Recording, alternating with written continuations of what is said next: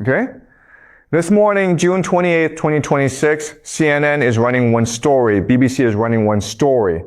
Reuters, AP, every major news outlet in the world, they are all telling you the exact same thing. And the story goes like this. Iran violated the ceasefire. Iran used drones to attack a Panama-flagged oil tanker called the MT Kiku while it was transiting through the Strait of Hormuz. The United States was forced to respond. So CENTCOM, that's U.S. Central Command, launched airstrikes against 10 Iranian military targets in and around the strait. And then Donald Trump went on Truth Social and warned, and I'm quoting him directly here, that there may come a point when America is no longer able to be reasonable and will be forced to militarily complete the job. And if that happens, and again, this is Trump's own words, the Islamic Republic of Iran will no longer exist. Okay? So that's the story the media is giving you. Now, I want to show you something that none of them are talking about. Article 5. Article 5 of the Islamabad Memorandum of Understanding. The ceasefire agreement that the United States itself signed, it says, and I'm reading the exact text here, the Islamic Republic of Iran will make arrangements using its best efforts for the safe passage of commercial vessels with no charge for 60 days from the Persian Gulf to the Sea of Oman and vice versa. Okay? Let me say that again slowly. Iran will make the arrangements for safe passage. Not America, not the United Nations, not Oman, not some joint committee. Iran. The Islamic Republic of Iran is the entity responsible under this agreement for deciding how ships move through the Strait of Hormuz. Does that make sense, guys? America, with its own signature on its own document, handed Iran the authority to manage the most strategically important waterway on the planet. And now America is bombing Iran because Iran is exercising that authority. This is not Iran violating the agreement. This is America bombing Iran for complying with the agreement. Let that sink in for a moment. Now, 3 weeks ago, and this is important, I said on this channel that the Islamabad mail was not a peace deal. I said it was smoke and mirrors. I said it was a trap. I said the trap would not close on Iran. I said it would close on Washington. And right now, today, June 28, 2026, we are watching that trap spring shut in real time. So what I want to do for the next 20 minutes or so is take you through exactly what is happening underneath the surface of what the media is telling you. And I'm going to add a dimension to this story that almost nobody is connecting properly. And that dimension is Israel. Because the way this story ends, and I want you to really pay attention to this, the way this story ends is not just going to determine what happens to Iran and America. It is going to determine whether Israel's biggest geopolitical dream collapses before it ever gets off the ground. Okay? Let's get into it. All right, guys. To understand what's really happening, you need to understand a mechanism that I call the Article 5 trap. Here's the idea, and it's actually very simple.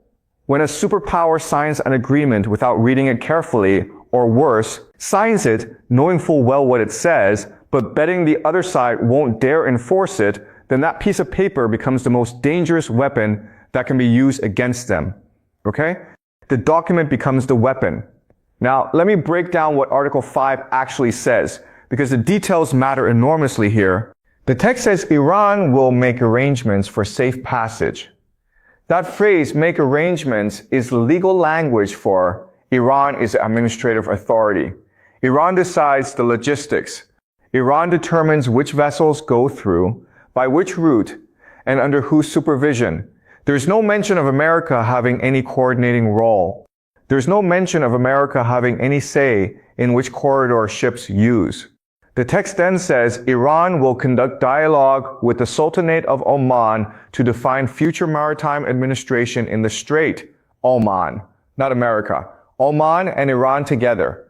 So when Iran told ships this week that the only authorized transit route was the northern corridor, meaning the corridor inside Iranian territorial waters, Iran was not violating the MOU. Iran was implementing it. And here's where it gets really interesting, guys. Look at the numbers. On Wednesday this week, 70 ships transited the Strait of Hormuz in one day. 70. That's roughly normal. Thursday, after the IRGC warned that ships using unauthorized corridors would be dealt with more forcefully, the number dropped to 54. Saturday, yesterday, it dropped further to 40. From 70 to 40 in 3 days. Okay? That is a 30% drop in global oil transit traffic in 72 hours. And it's not because of military action. It's because Iran published a rule based on Article 5 and ships started following it. Now here is the moment that blew everything up. The United States, through JMAC, the Joint Maritime Information Center, which is a U.S. Navy operation, tried to establish an alternative corridor, a new transit route running along the coast of Oman in international waters without coordinating with Iran, without Iran's approval. Iran said, you can't do that. That's our call to make under Article 5. Any ship using that corridor is violating our administrative authority over this strait. And then the MT Kiku, a Panama flag tanker carrying more than 2 million barrels of crude oil, tried to use the American corridor, and an Iranian drone hit it. So the question that every news outlet is framing is, did Iran attack a civilian vessel? And the answer, factually, is yes. But the actual question, the question that determines everything about who is right and who is wrong here, is, did that vessel have the legal right to be in that corridor? And according to the document that America signed, the answer is, that's disputed. And when there's a legal dispute about a treaty, you negotiate. You don't bomb. America bombed. That tells you everything you need to know. Okay, so the obvious next question is, why? Why would the most powerful military in human history sign an agreement that gives Iran authority over the Strait of Hormuz? Like, who in the room said, yes, this is a good deal for us? And the answer to that question, guys, is going to help you understand the entire architecture of this war. When the Islamabad MOU was signed, the United States was under enormous pressure, not military pressure. America was winning militarily. It had bombed thousands of Iranian targets. It had established aerial supremacy over the theater. It had degraded Iran's air defense network significantly. The pressure was political and economic. Okay? Think about what was happening. The Strait of Hormuz was effectively being choked. Traffic was down. Oil prices were climbing. The global economy was starting to seize up. The Gulf Cooperation Council countries, UAE, Bahrain, Kuwait, Saudi Arabia, had absorbed more than 1,770 Iranian ballistic missiles and close to 4,000 drones during the course of the conflict. These are American allies, guys. And they were getting pummeled while sitting inside what was supposed to be the American security umbrella. And back in Washington, the political situation was a disaster. The War Powers Resolution had passed the Senate 50-48. Democratic Congressman Ro Khanna was literally threatening to take the president to court. The domestic consensus for continuing the war was cracking. And every day the war continued, more people in America were saying, what exactly are we getting out of this? So when the Islamabad deal landed on the table, there were two factions in the Trump administration. Faction 1 said, sign it, get out, declare it a win, and move on. Faction 2, and this is a part nobody's saying out loud, believed the MOU was just a temporary pause. That once things calmed down, they would find ways to reinterpret the agreement, reimpose pressure, and eventually get the outcome they wanted without publicly fighting for it. And you can tell Faction 2 was running the show because of what happened immediately after the MOU was signed. Three things, okay? First, the USS George H.W. Bush Carrier Strike Group was still being deployed to the Middle East. If you've signed a genuine peace deal, why are you sending more warships? Second, America brokered a completely separate three-party framework agreement with Israel and Lebanon. And this framework allows Israeli forces to maintain a security buffer zone in southern Lebanon until Hezbollah is fully disarmed. Iran and Hezbollah immediately said, wait, the MOU says all hostilities on all fronts, including Lebanon, are supposed to stop. What is this? Third, and most importantly, America tried to create its own shipping corridor through the strait without getting Iran's sign-off. Now, if you put those three things together, a very clear picture emerges. America signed a document that it had no intention of fully honoring, hoping that the combination of military pressure and diplomatic maneuvering would let it get the practical outcome, open strait, diminished Iran, without having to concede the legal authority, Article 5 transferred to Tehran. Iran figured this out. Iran's response was exactly what you would expect from a party that has a stronger legal position, but a weaker military position. They started enforcing Article 5 aggressively, knowing that every time America pushes back against that enforcement, America is the one that looks like it's breaking the deal. This is not chess. This is judo. Iran used America's own signature as a weapon. Okay? Now, I always do this in my analysis, and I'm going to do it here too. I want to give you the strongest possible version of America's argument, because I never want you to just take my word for things. The strongest American argument is this. Article 5 says Iran will ensure safe passage. That is a commitment Iran made, an obligation. When Iranian drones attacked the Imtikiku, a civilian commercial vessel carrying oil, Iran violated that commitment regardless of which corridor the ship was using. The language says safe passage. A ship getting hit by a drone is the opposite of safe passage. So the United States was entirely justified in retaliating because Iran broke its own promise first. Now, this argument is actually pretty good legally. It's not stupid. In international law, when one party materially breaches a treaty, it gives the other party grounds to respond. And there's historical precedent for using coercive pressure to enforce compliance. I will acknowledge that. This argument has real weight to it. But here's what the American steelman cannot explain. If America genuinely wanted Iran to fulfill its Article 5 obligation of ensuring safe passage, then why did America unilaterally create a transit corridor without Iran's agreement? Think about the logic here. If I sign a contract that says you are responsible for managing the delivery route and I want you to manage it properly, then I need to work with you on the route. I cannot go set up a completely different delivery route on my own and then get angry when you don't recognize it. That's exactly what America did. The JMIC, again, a U.S. Navy operation, announced an expanded corridor near the Omani coast without going through the Article 5 process, which requires Iran to make the arrangements and Iran to coordinate with Oman about future administration. Iran's foreign minister, Abbas Araghchi, said it clearly in Baghdad today, and I'm going to quote him directly. The Strait of Hormuz remains under the total oversight and management of Iran through the coming 30 days. Any intervention or any unilateral action will result in exacerbating the situation and delaying the reopening of the strait. So let me put the paradox in the simplest possible terms. America attacked Iran because a ship got hit while using a corridor America created. Iran says that corridor was not authorized because Iran, under Article 5, is the only party allowed to create corridors. Article 5 was signed by America. This is not a dispute about whether Iran attacked a ship. This is a dispute about interpretive authority over a treaty. And when you have an interpretive dispute about a treaty, the correct response under every framework of international law is negotiation and dialogue. J.D. Vance said it himself. He said if Iran has concerns about the Mo, they should pick up the phone. But then America bombed Iran before Iran could pick up any phone. You can't bomb someone and then tell them to call you. This is not a conflict about international law. This is about something much deeper. And that brings me to the part of this analysis that I think is most important and the part that almost no one in the mainstream media is willing to say directly. All right, guys, here's the question I want to sit with for a few minutes, because I think it is the most important question of this entire situation.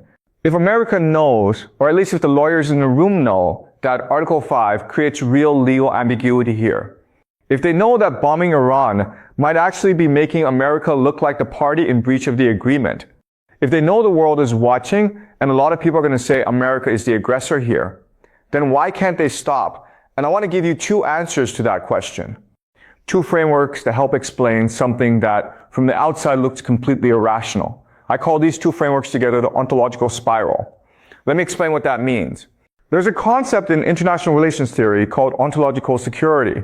And the idea is this. Nations don't just seek physical safety. Nations don't just want their territory to be intact and their people to be alive. Nations also need something deeper.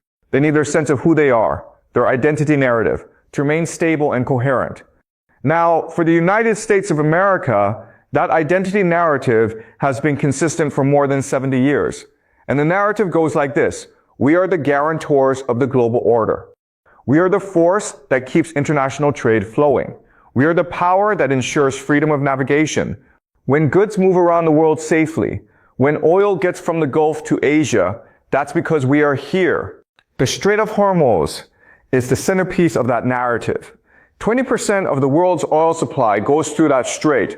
If Iran, the country that America has called a rogue state for 45 years, is the entity deciding which ships go through and which routes they use, then America's entire identity narrative collapses. Not because America loses oil. America doesn't even import much Gulf oil anymore. But because the story America has told about itself, the story of the indispensable nation, the benevolent hegemon, the necessary superpower, that story requires America to be in control of the Strait of Hormuz. Or at minimum, it requires that no one else is in control. When Iran started enforcing Article 5, Iran didn't just challenge American military power, Iran challenged American identity. And when identity is threatened, when the narrative that a nation uses to explain its own existence is under attack, nations do not respond rationally. Nations respond emotionally. And specifically, they respond with anger. Anger does not ask, is this response proportionate? Anger does not ask, is this legally defensible? Anger asks one question and one question only. How do I reassert who I am right now, immediately? And the answer to that question for the United States of America is always the same. Has been the same since 1945. You strike. You demonstrate force. You show the world that the narrative is still intact. That's why CENTCOM bombed 10 Iranian targets within hours of the MTQ incident. Not because that was the optimal strategic response, but because it was the only move that let America say to the world, we are still in control here. The story is still valid. But here is the tragedy of this, and this is the part that breaks my heart a little bit. Okay, because I've studied empires for a long time. Every time America strikes under these conditions, every time it lashes out not from strategy, but from wounded identity, it doesn't restore the narrative. It patches a tear in a story that is already fundamentally unraveling. And Iran understands this. That's why their drones keep flying.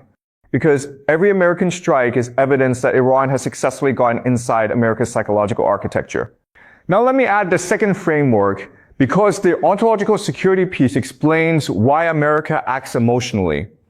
But it doesn't fully explain why America structurally cannot stop, even when calmer heads are in the room. For that, you need a concept called escalation of commitment.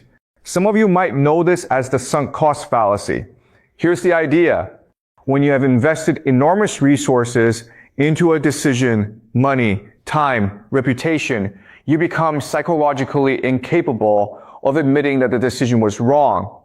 Because if you admit it was wrong, then everything you spent trying to make it right becomes worthless.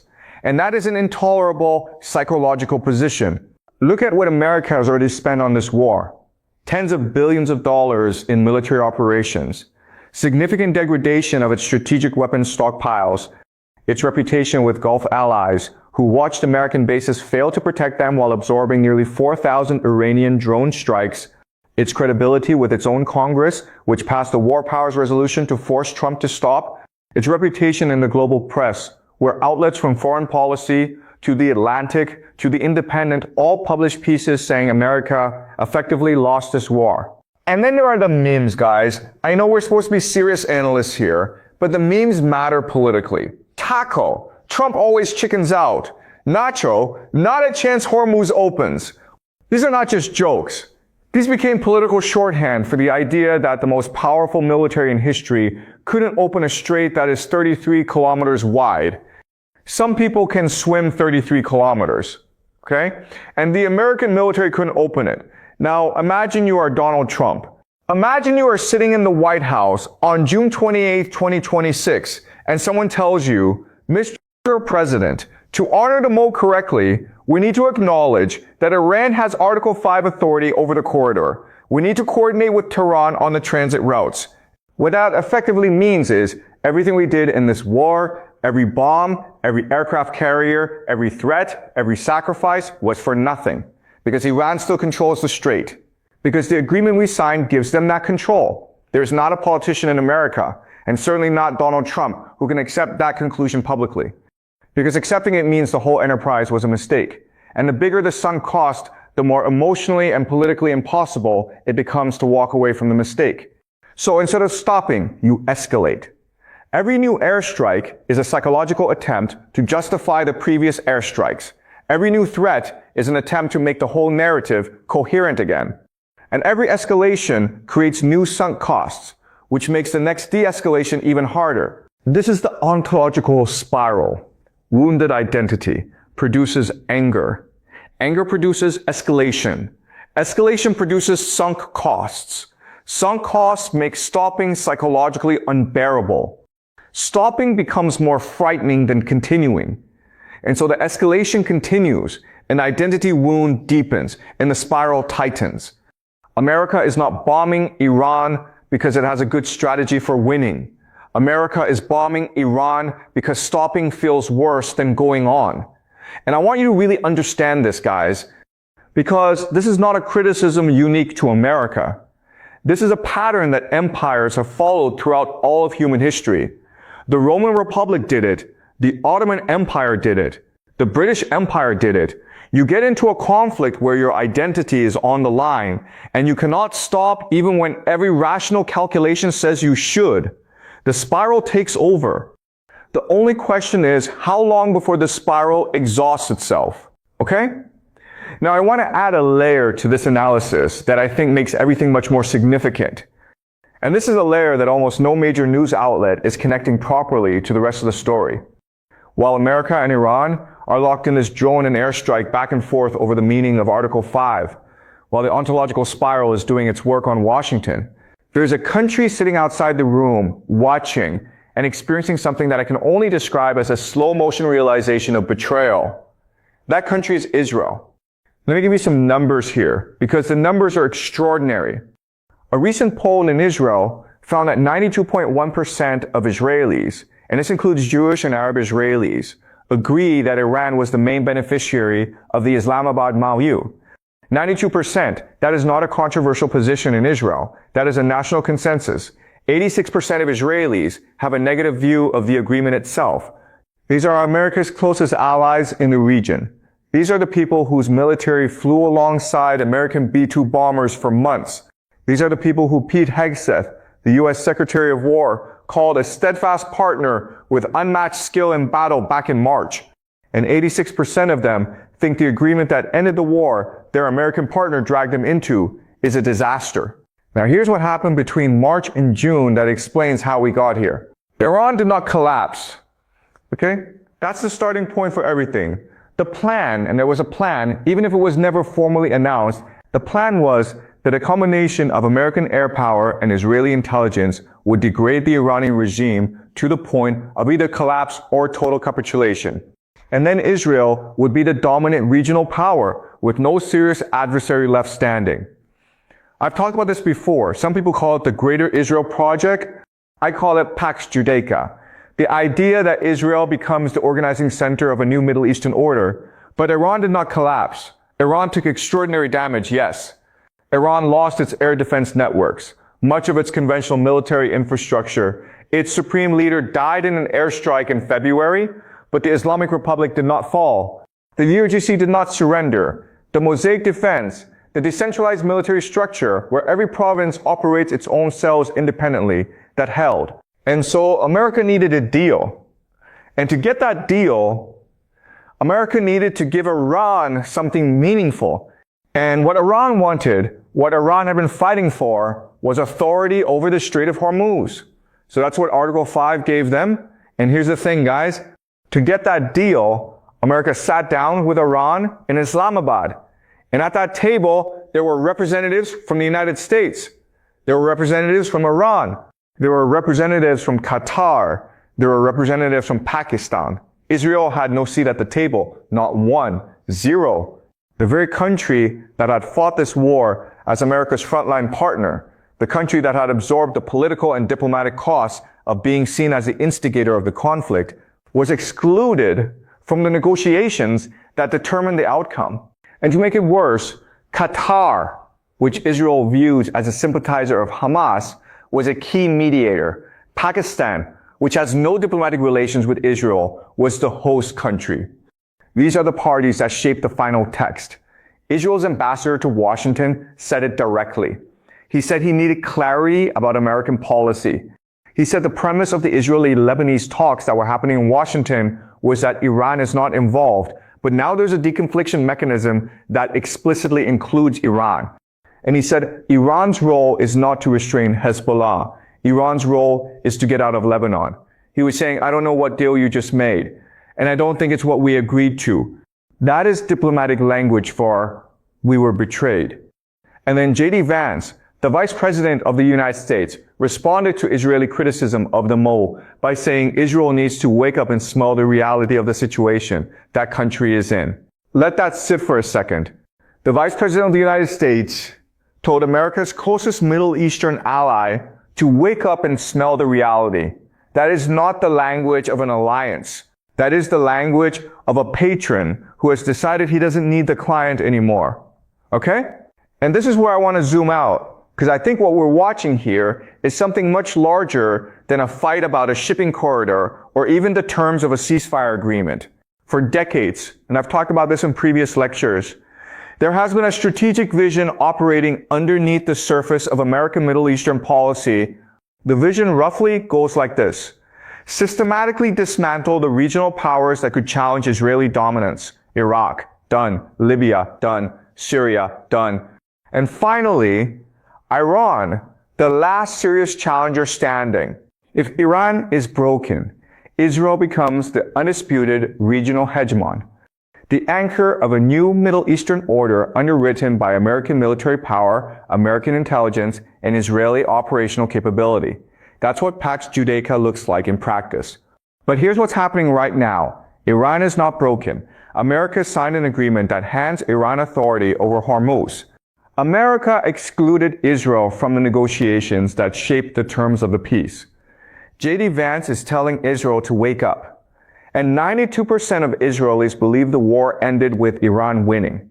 The alliance that was supposed to produce Pax Judaica is visibly fracturing.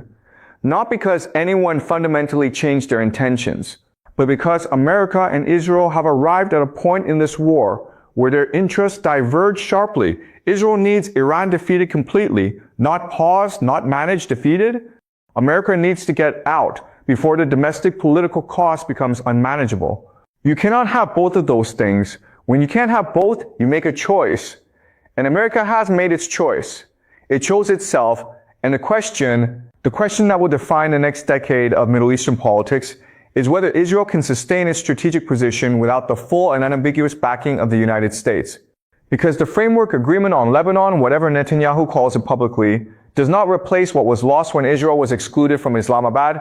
The Pax Judaica project cannot proceed if the American partner is negotiating the terms of Iranian power behind Israel's back. This is not just a diplomatic disappointment. This is a structural fracture in the most consequential alliance of the 21st century. Alright guys, let me put all of this together. Article 5 of the MoU gives Iran administrative authority over the Strait of Hormuz. America signed that. America then tried to create an alternative corridor without Iran's approval. Iran enforced Article 5 and struck the MT-Kiku as a warning. America bombed 10 Iranian targets in response. But America cannot stop, not because it has a strategy for winning, but because the ontological spiral has taken over. Its identity as the global order guarantor is under threat. Its sunk costs are enormous. Stopping feels more dangerous to its political survival than continuing. In 3 days, Hormuz traffic dropped from 70 ships to 40. The global economy is absorbing the shock of every tit-for-tat exchange. The IRGC has struck American bases in Kuwait and Bahrain. Trump is threatening total annihilation. Iran is threatening to halt all negotiations. And while all of this is happening, Israel, the partner that was supposed to be the ultimate beneficiary of this war, has watched 92% of its citizens conclude that Iran won. Watched its ambassador in Washington say he needs clarity about what America just agreed to. Watched J.D. Vance tell them to wake up and smell reality. The ceasefire is not holding. We all know that. The real question is this: when both Pax Americana and Pax Judaica are simultaneously under strain, when the old order is collapsing and the new order hasn't taken shape yet, who is building the architecture of what comes next?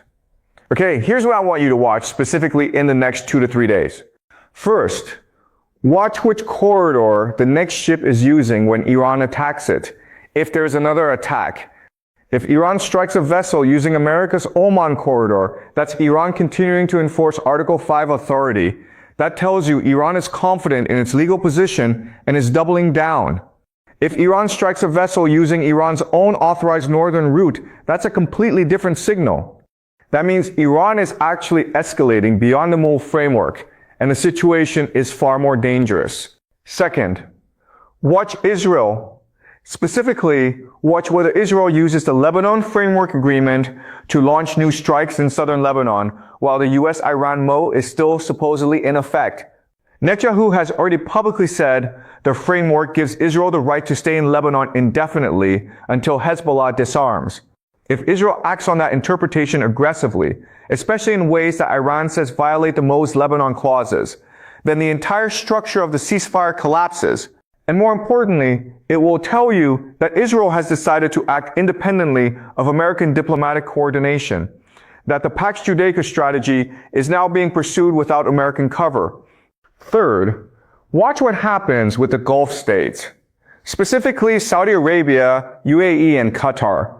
These countries have been running their own parallel diplomatic track with Iran throughout this conflict. They are terrified of being caught between a collapsing American security umbrella and a resurgent Iran that just demonstrated it can strike their desalination plants, their oil fields, and their airports at will. If any of these countries makes a significant move toward a bilateral arrangement with Iran, a non-aggression framework, a maritime agreement, that will be the signal that the American-led Gulf security architecture is finished. Okay, guys? I always do this. I don't want you to just take my word for any of this. Read the actual text of Article 5 of the Islamabad MOU. You can find it on Al Jazeera, Reuters, and the Qatari Foreign Ministry's website. Read it yourself and ask, does Article 5 give Iran administrative authority over the strait? Or does it simply impose an obligation on Iran to ensure safety? Where does the language support each interpretation? Then read the IRGC statement from this morning, where they describe Article 5 as authorizing Iran's control over shipping arrangements. Then read the American CENTCOM statement, where they describe their strikes as enforcement of ceasefire compliance. Put those two statements next to the actual Article 5 text. And then I want you to come back and tell me which interpretation of Article 5 has stronger textual support. Because that question, not who has the bigger bombs, is the question that will determine whether this ceasefire survives. Push back on me if you think I've missed something. That's how we get closer to understanding the world as it actually is. When America is bombing Iran for enforcing an authority that America's own signature transferred to Tehran, and when Israel, the ally that fought alongside America for months, is now being told by the American vice president to wake up and smell reality, while 92% of its population believes the enemy won, the question is not who is going to win the battle for the Strait of Hormuz. The numbers on that strait are telling us something very specific. 70 ships, then 54, then 40. The countdown is already underway. The real question is this. If Pax Americana required America to be the guarantor of global order, and America just signed that authority away in a document, and if Pax Judaica required American power as its underwriter, and America just negotiated a peace deal that excluded its most important Middle Eastern ally, then what exactly is being built in the space that's opening up? And who gets to write the rules of the new world? I don't have the answer to that. But I'll tell you one thing. The 40 ships still moving through that strait today, they're not just carrying oil. They're carrying the last remnants of the old order. And every day that number drops, the new order gets one step closer. I'll see you in the next one.